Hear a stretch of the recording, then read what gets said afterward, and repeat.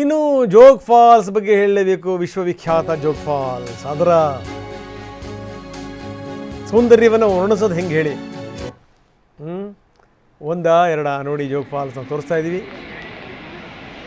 4 ಭಾಗಗಳಾಗಿ ಬೀಳ್ತಿರುವಂಥ ಜೋಗ್ ಫಾಲ್ಸ್ ನೋಡಿ. ನಡುವೆ ಬೀಳ್ತಿರೋದಿದೆಯಲ್ಲ, ಅದು ರಾಜ, ಕಿಂಗ್, ಅಂದರೆ ರಾಜಗಾಂಭೀರ್ಯದಿಂದ ನೀರು ಬೀಳ್ತಾ ಇದೆ ಅಂತ ಅರ್ಥ. ಇನ್ನೊಂದು, ಈ ಸಣ್ಣ ಪೊಟರೆಗಳ ನಡುವಿಂದ ನೀರು ಧುಮುಕಿಕ್ತಾ ಇದೆಯಲ್ಲ. ಈಗ ಒಂದು 4 ವರ್ಷದ ಕೆಳಗೆ ನನ್ನ ಗ್ಯಾಸ್ ಟ್ರಬಲ್ ಶುರುವಾಗಿತ್ತು. ಹೊಟ್ಟೆ ನೋವು, ಎದೆ ನೋವು, ಮಸಲ್ಸ್ ನೋವು ತಿಳ್ಕೊಳಕ್ಕೆ 10 ಪರೀಕ್ಷೆಗಳು. ನಾನು ಅಮೃತ ಬಿಂದು ತೊಗೊಳಕ್ಕೆ ಶುರು ಮಾಡಿದಾಗಿಂದ ಆರಾಮಾಗಿದ್ದೀನಿ. ಅದು ಹೆಂಗೆ ರೋರ್ ಮಾಡ್ತಾ ಇದೆ ಅಂತ, ರೋವರ್ ಅದರ ಹೆಸರು. ಇನ್ನೊಂದು ಬೆಳಗ್ತಾ ಬರುವಂಥದ್ದು, ಅದು ರಾಣಿ. ಇದು ನೋಡಿ ಜೋಗ್ ಫಾಲ್ಸ್.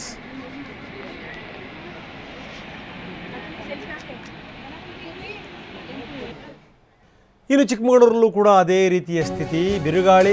ಬಿರುಗಾಳಿ ಸಹಿತ ಮಳೆ, ವಿಪರೀತ ಗಾಳಿ. ಮರಗಳು ನೆಲ ಕಪ್ಪಳಿಸ್ತಾ ಇವೆ. ಇನ್ನು ಅಡಿಕೆ ಮರಗಳು ಮೊದಲೇ ಅವುಗಳ ಎತ್ತರ ಕೂಡ ಜಾಸ್ತಿ, ತೆಳುವಾಗಿರ್ತವೆ. ಅವಂತೂ ನೋಡಿ ಹೆಂಗೆ ಬಿದ್ದಿವೆ. ಕೊಪ್ಪ ತಾಲೂಕಿನ ಉತ್ತಮೇಶ್ವರ ಅಗ್ರವಳ್ಳಿ ಅಲ್ಲಿನ ತೋಟವನ್ನು ನಿಮಗೆ ತೋರಿಸ್ತಾ ಇದ್ದೀವಿ. ರೈತರ ಗತಿ ಏನಾಗಬೇಕು ಈ ರೀತಿ ಆದರೆ? ಮಕ್ಕಳನ್ನು ಪೋಷಣೆ ಮಾಡ್ದಂಗೆ ಮಾಡಿರ್ತಾರೆ ರೈತರು.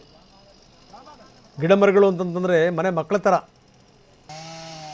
ಒಂದು ಮರ ಹೊತ್ಕೊಂಬಿತ್ತು ಅಂತಂದರೆ ರೈತ ಅಳಕ್ಕೆ ಶುರು ಮಾಡಿಬಿಡ್ತಾನೆ.